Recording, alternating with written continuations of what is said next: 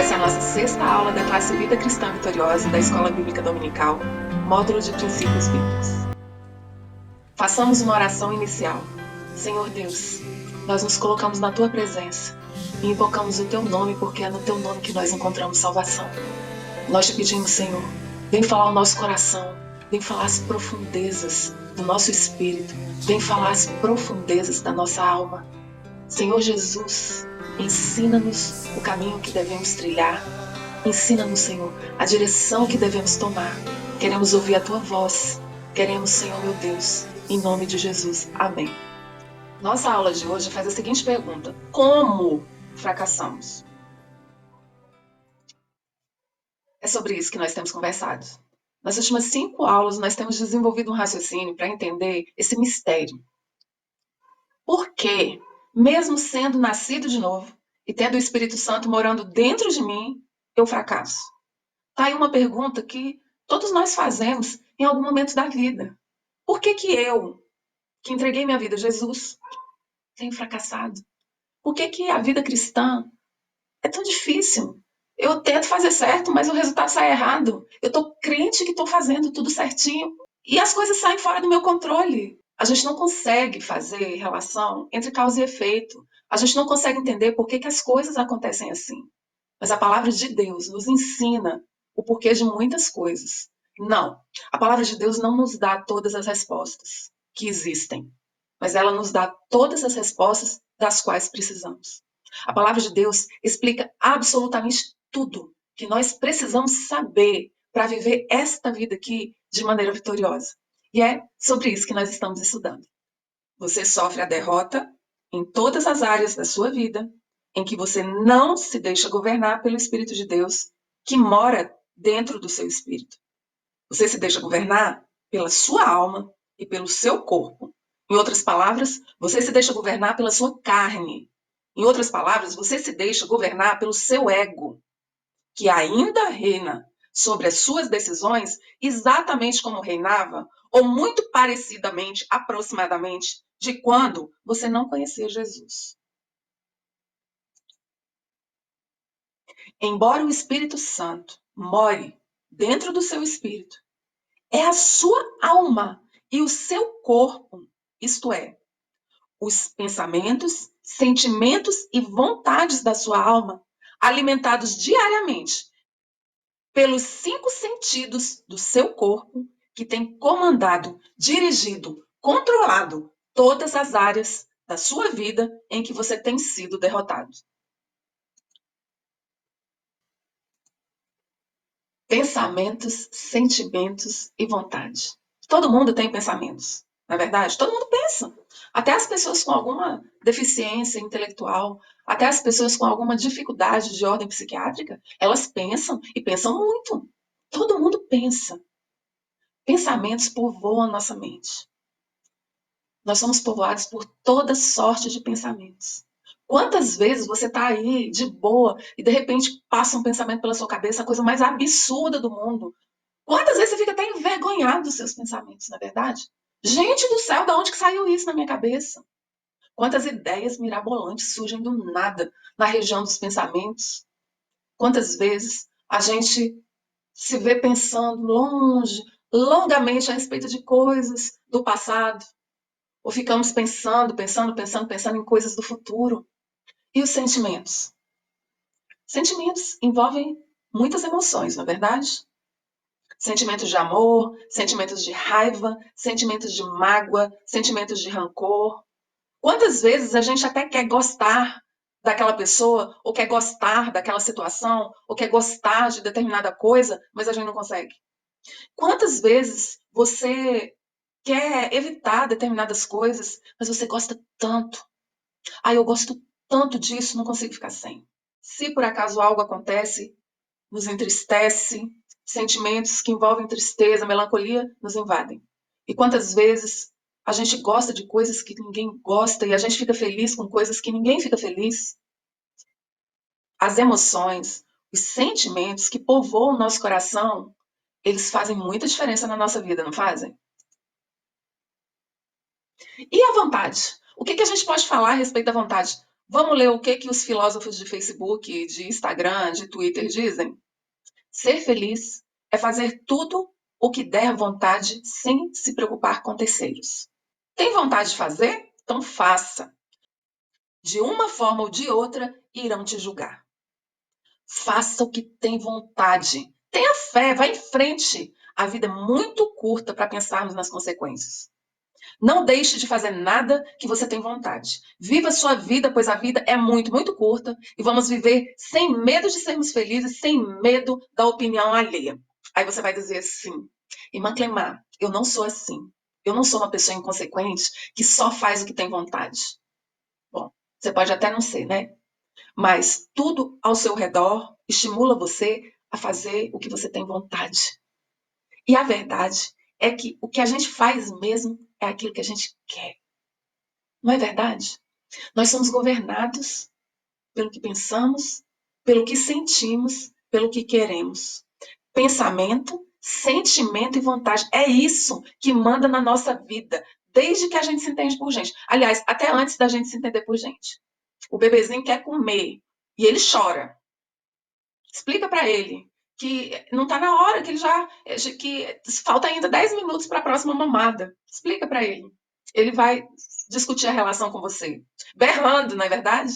Porque o que ele tem vontade, o que ele quer é mamar mamãe. Nós somos governados pelos nossos pensamentos, pelos nossos sentimentos, pelas nossas vontades, pelos pensamentos, sentimentos e vontades da nossa alma. E nós nos sentimos livres quando nós pensamos o que pensamos, sentimos o que sentimos e queremos o que queremos. O que nós não percebemos é que essa naturalidade com que os pensamentos fluem, com que os sentimentos fluem, com que a vontade é executada ou deixada de ser executada, é totalmente escrava e não livre. A verdade é que, quando governados pela alma, nós nos tornamos escravos. Pensamentos nos aprisionam tantas vezes. E somos presos por conta dos nossos pensamentos, acorrentados. Nossos sentimentos nos algemam e não conseguimos agir nem reagir à parte dos nossos sentimentos. Tomamos decisões com base em sentimentos. E a nossa vontade é totalmente acorrentada aos nossos pensamentos e sentimentos. Essa é a descrição do homem natural. O homem natural, ele é amarrado, ele é aleijado por seus pensamentos próprios, sentimentos próprios e vontade própria. O homem natural, o homem da alma, ele é totalmente acorrentado por seus pensamentos, sentimentos e vontades. Aqui a gente volta a tratar do ponto em que a gente parou na última aula. Os 5 sentidos são janelas para os nossos pensamentos, sentimentos e vontades. O que a gente vê direciona o que a gente pensa, sente e quer. O que a gente ouve direciona o que a gente pensa, sente e tem vontade. O que você vê, o que você ouve e o que você fala determina o que você pensa, o que você sente e o que você quer. Cheira uma comida bem gostosa. Agora experimenta cheirar um monte de cocô. O que você cheira vai direcionar as suas atitudes. Se você vai se aproximar ou se você vai se afastar. O que você toca determina o que você pensa, o que você sente e o que você quer. Veja como que os 5 sentidos do corpo abrem a porta para a luz e para as trevas dentro dos seus pensamentos, sentimentos e vontades. Lembra que a Bíblia diz que nós somos corpo, alma e espírito? E o mesmo Deus de paz vos santifique em tudo, e todo o vosso espírito e alma e corpo sejam plenamente conservados, irrepreensíveis para a vinda do nosso Senhor Jesus Cristo. 1 aos Tessalonicenses, capítulo 5, verso 23. Nós somos corpo, alma e espírito. E nós estudamos nas últimas aulas que nós somos o templo do Espírito Santo. No dia que nós entregamos nossa vida a Jesus, nós nos tornamos casa. Nós passamos a ser morada do Espírito Santo. O Espírito Santo veio habitar no lugar santíssimo dentro de nós. Assim como o tabernáculo, como o templo de Salomão, nós somos divididos em 3 partes, não em 2, como o senso comum diz. Nós somos divididos em 3.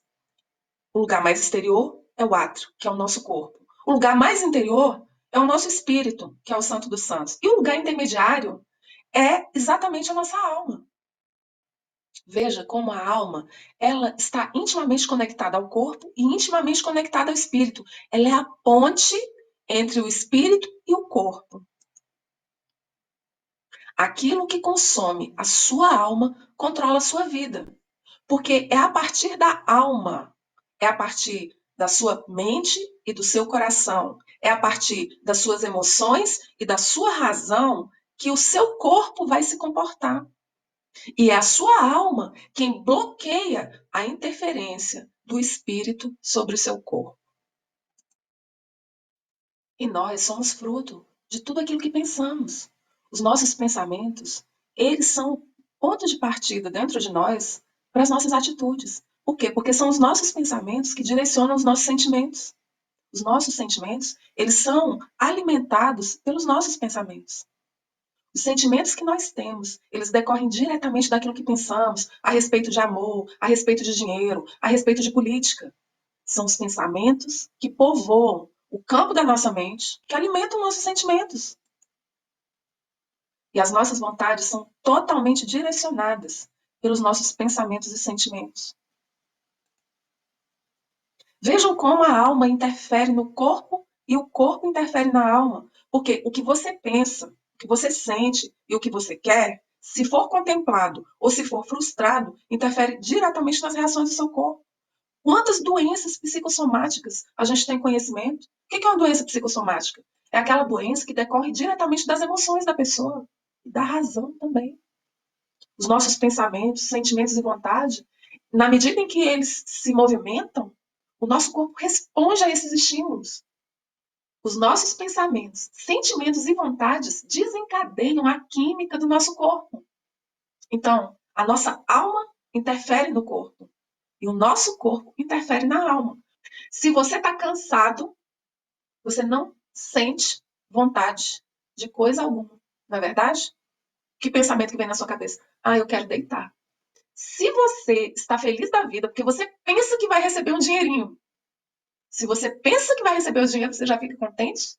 E se você fica contente, o seu corpo já responde a esse contentamento. Então, existe uma correlação íntima entre o corpo e a alma, entre a alma e o corpo.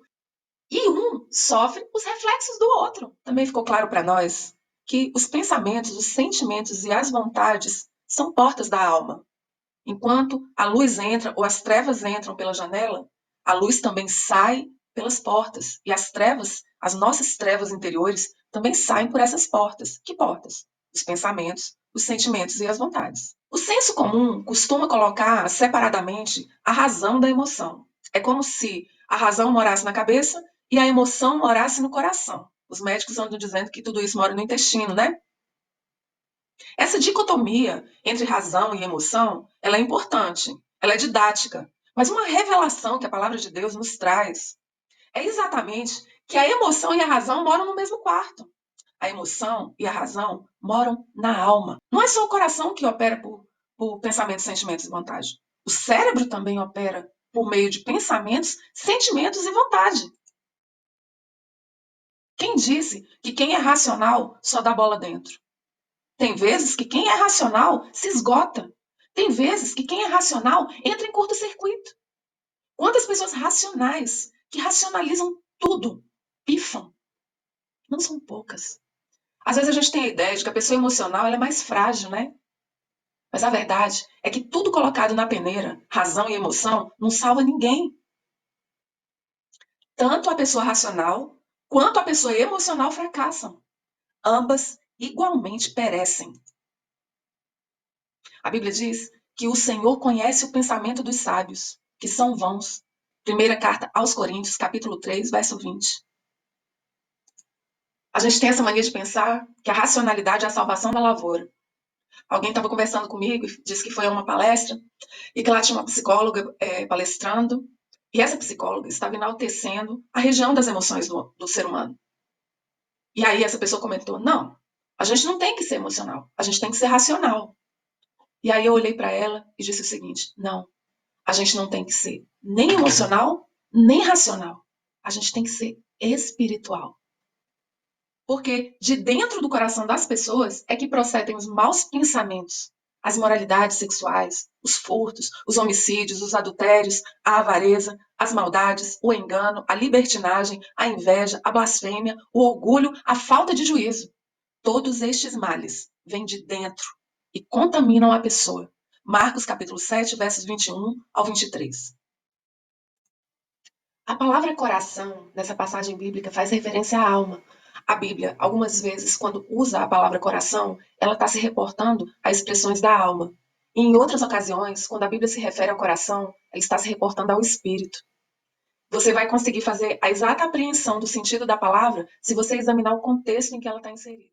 E viu o Senhor que a maldade do homem se multiplicara sobre a terra, e que toda a imaginação dos pensamentos do seu coração era só má continuamente.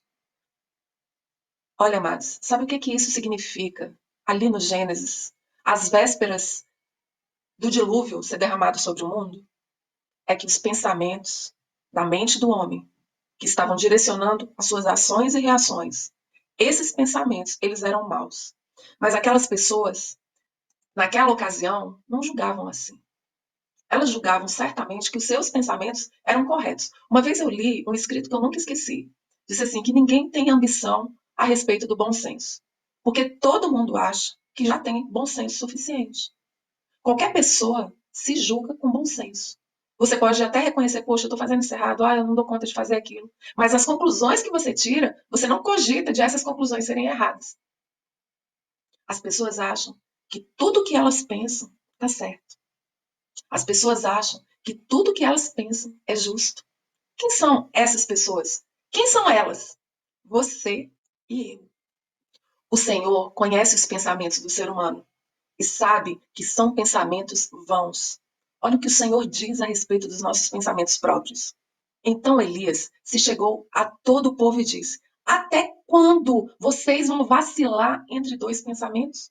Se o Senhor é Deus, seguiu. E se é Baal, seguiu. Porém o povo nada lhe respondeu. Nós ficamos em dúvida entre dois pensamentos. Nós não sabemos que pensamento seguir. Se o pensamento que vem em direção a Deus ou se é o pensamento que vai em direção à satisfação dos nossos anseios egocêntricos. Então, nós ficamos cocheando entre um pensamento, entre outro pensamento. A gente não sabe que pensamento seguir e a gente, por a gente mesmo, escolhe o melhor pensamento. Será que é assim que é a melhor estratégia? Lave a maldade do seu coração, ó Jerusalém, para que você seja salva. Até quando você abrigará esses seus maus pensamentos? Visto que os meus pensamentos me fazem responder, eu me apresso. Veja como que Jó ali descreveu como que ele reagia aos próprios pensamentos. Jó era uma pessoa extremamente religiosa. Era uma pessoa que cumpria os seus preceitos religiosos religiosamente.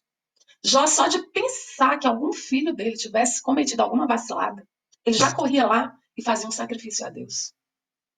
E ele disse o seguinte: aquilo que eu temia me aconteceu. Ou seja, aquilo que ele pensava, em que ele tinha medo de que acontecesse, foi exatamente o que aconteceu. Veja a importância dos pensamentos na nossa cabeça. Precisamos analisar melhor esses pensamentos, para que a gente possa tomar atitudes melhores do que aquelas que nós temos tomado. Então o semblante do rei empalideceu, e os seus pensamentos o deixaram perturbado. As suas pernas bambearam e os seus joelhos batiam um no outro. Daniel está ali se referindo ao rei da Babilônia. Os pensamentos do rei perturbaram o rei ao ponto que o corpo dele bambeou. Os joelhos dele batiam um no outro. Por quê? Por causa dos seus pensamentos. Todo dia estendia as mãos a um povo rebelde, que anda por um caminho que não é bom, seguindo os seus próprios pensamentos. Entre eles também nós todos andamos no passado, segundo as inclinações da nossa carne, fazendo a vontade da carne e dos pensamentos. E éramos, por natureza, filhos da ira, como também os demais. Por quê? E veja esta última citação. Porque, como imagina em sua alma, assim ele é. Provérbios capítulo 23, verso 7. Veja que interessante como que os pensamentos nos conduzem, Porque assim como a pessoa imagina na alma dela, ou seja, assim como ela imagina na região em que a mente se instala, assim ela é. A nossa mente, ela é a sede de um verdadeiro campo de batalha. Ali na nossa mente é que acontecem as piores guerras, as batalhas mais sangrentas. É na nossa mente que a gente vence e é na nossa mente que a gente é derrotado. Nós julgamos que as guerras acontecem fora, nós julgamos que os inimigos estão fora, nós ainda estamos lutando contra o inimigo errado. As verdadeiras batalhas acontecem aqui. É aqui que você perde, é aqui que você ganha, é aqui que você define o seu destino. Cuide do jardim da sua mente. O pensamento que você rega cresce. Ai, irmã Clemar, isso não é novidade nenhuma para mim. Realmente, isso não é novidade nenhuma. As religiões dizem isso para você. Os médicos dizem isso para você. A ciência diz isso. Cuide da sua mente. Quantas doenças psicossomáticas? O que é doença psicossomática? Aquela que é decorrente das emoções e da razão da pessoa. Quantas pessoas ficam doentes por causa da mente, por causa dos seus pensamentos, dos seus sentimentos, da sua vontade? Olha o que diz aqui essa gravura. Cuide do jardim da sua mente. O pensamento que você rega cresce. Se você regar tristeza, vai colher tristeza. Se você regar ira, você vai colher ira. Se você regar confiança, gratidão, paz, é isso que você vai colher. Todos estão dizendo isso para você. E aí eu pergunto de novo. Nós já sabemos o que devemos fazer. Nós fazemos. Nós sabemos que temos que perdoar. Nós perdoamos. Nós sabemos que temos que ser gratos. Nós somos. Nós estamos sempre reclamando a respeito daquilo que não sai do jeito que a gente planejou. Nós estamos sempre descontentes por causa de alguma coisa que nós não temos. E nós murmuramos. Se a gente tem aqui uma comida bem gostosa e ali na vitrine aparece uma comida aparentemente mais bonita, mais nós já estamos descontentes, porque nós queremos, desejamos, temos vontade de uma outra coisa que nós não temos. É assim que a gente é. Não tem religião nesse mundo que consiga transformar o meu interior. Mas existe uma pessoa que pode fazer isso. Jesus Cristo transforma o interior de todo aquele que crê. Amém? Mágoa. Não deixe isso matar você. Os seus rins, seu fígado, seu coração, seus pulmões, a sua tireoide, todos esses órgãos sofrem as consequências dos seus pensamentos, dos seus sentimentos, das suas vontades. Ah, tô com vontade de comer um doce. Engraçado. Eu nunca sinto vontade de comer doce? Não, não. Eu como doce antes de a vontade chegar. Ah. Você é assim? Eu odeio dirigir, mas eu preciso do meu carro para chegar no meu trabalho. Ah, eu odeio meu trabalho, mas eu preciso do trabalho para pagar o meu carro.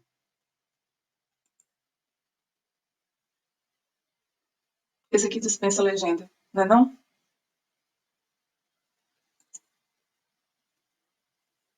Você vê, você ouve, aí você pensa, e então você quer. Se você pensa, você sente. Se você sente, você quer. Se você quer, você faz. É assim que funciona. Você vê, você ouve, você cheira, você pensa. Pensou? Falou. Falou? Você passa a querer. E à medida que você quer, você acaba fazendo. Blá, blá, blá, blá, blá, blá, blá, blá, blá, blá, blá, blá. Blá, blá, blá, blá, blá, blá, blá, blá, blá, blá, blá, blá. Blá, blá, blá, blá, blá. Chega! Tá bom. Agora, cala essa boca e segue a minha linha de raciocínio. Vem. Às vezes, a gente pensa que o cérebro e o coração são coisas totalmente opostas, né? Na verdade, eles têm lá a sua diferença. Até que aparece a ansiedade. Oi, eu sou a ansiedade. Vou subir aí para brincar com vocês. Fico tão empolgado quando compro livros novos. Que tal usar essa empolgação para ler os outros 1.678? Não, 1 bilhão, 678 milhões, 900. mil que estão aqui. Cara, você tá bem? Olha, vou dizer uma coisa para vocês. Tanto faz. Eu tenho visto como que as pessoas eminentemente emocionais sofrem e fazem os outros sofrerem. Mas é impressionante como as pessoas eminentemente racionais sofrem e fazem os outros sofrer. Pesado na balança, todo mundo é reprovado. Tanto as pessoas emocionais quanto as pessoas racionais. Todo mundo tem problema, todo mundo faz problema, todo mundo fabrica problema. Só muda a modalidade. Nós temos essa mania de achar que nós somos melhores do que as outras pessoas porque nós não cometemos os erros que elas cometem. O probleminha é que eu não cometo o erro que você comete, mas eu cometo outros. Tão ruins e tão graves quanto. Só que diferentes. Nós temos mania de achar que nós somos superiores porque as outras pessoas não conseguem enxergar o que a gente enxerga. É, a gente enxerga coisas que os outros não enxergam. E esses outros, esses mesminhos, enxergam coisas que a gente não enxerga. Pesados na balança, todo mundo é reprovado. Não pense nisso, Clemar. Pare de pensar sobre isso. Pense em outra coisa. Qualquer coisa. Qualquer uma, Clemar.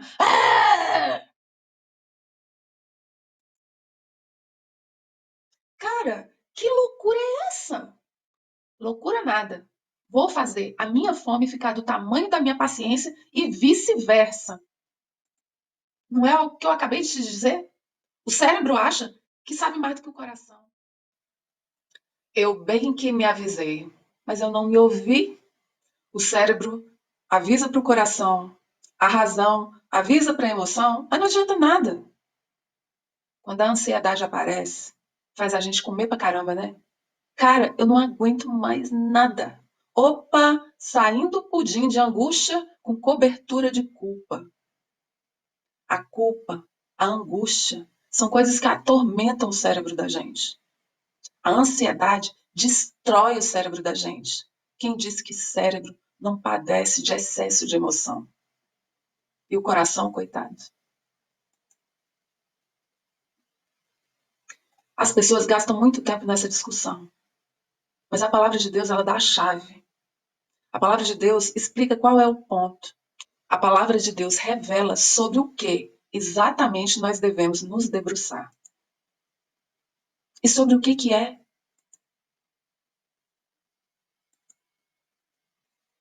Depois que o caldo está entornado, em que nós, escravos dos pensamentos, reféns dos sentimentos, aprisionados pelas vontades não saciadas. Onde fica a tecla Deus nos acuda? Vou te dizer onde é que fica. Fica na palavra de Deus, a Bíblia. Hoje, nós observamos como que a alma da gente está aprisionada por pensamentos, sentimentos e vontades próprios. A alma da gente impede o Espírito Santo, através do nosso espírito, de tomar as rédeas da situação. Porque o Espírito Santo, ele não arromba a porta. O Espírito Santo, ele não estupra. O Espírito Santo aguarda.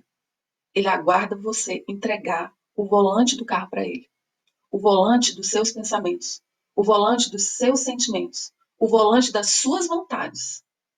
O Espírito Santo espera que você voluntariamente tome a decisão de entregar o volante do seu corpo para ele. O Espírito Santo, no dia que você entregou sua vida a Jesus, no dia que ele veio, soprou no seu espírito e ali fez morada do Deus vivente, naquele dia a guerra começou. Mas é uma guerra aparentemente silenciosa. Porque desde que você se entende por gente e até antes, quem manda na sua vida é a sua alma. São seus pensamentos próprios, seus sentimentos próprios, suas vontades próprias. São seus pensamentos, seus sentimentos, suas vontades que tomam as decisões da sua vida. É o seu corpo que oprime a sua alma e a sua alma que oprime o seu corpo. E eles dois juntos representam a sua carne. Quando a Bíblia fala da carne, ela está falando da sua alma e do seu corpo no comando das suas decisões. Bom, na próxima aula, nós vamos falar como que o Espírito Santo resolve esse problema que nem a nossa razão, nem a nossa emoção, nem os nossos melhores esforços conseguem resolver. Na próxima aula, nós vamos falar como que a gente sai fora dessa enrascada, dessa boleira, dessa bola de neve que só cresce porque a gente corre para um lado, corre para o outro e não consegue resultados realmente vitoriosos. Ainda que a gente tenha muitas vitórias nessa vida, é impressionante como a gente consegue sair derrotado até quando a gente consegue o que a gente pensou, o que a gente sentiu, o que a gente desejou. Então não perca a próxima aula, amém? Vamos fazer uma oração? Senhor Deus, muito obrigado. Muito obrigado de todo o coração por tudo isso que o Senhor tem nos ensinado. Que o Senhor venha nos conduzir em segurança na direção do Espírito Santo, andando sobre a Tua palavra. Em nome de Jesus. Amém. Amém.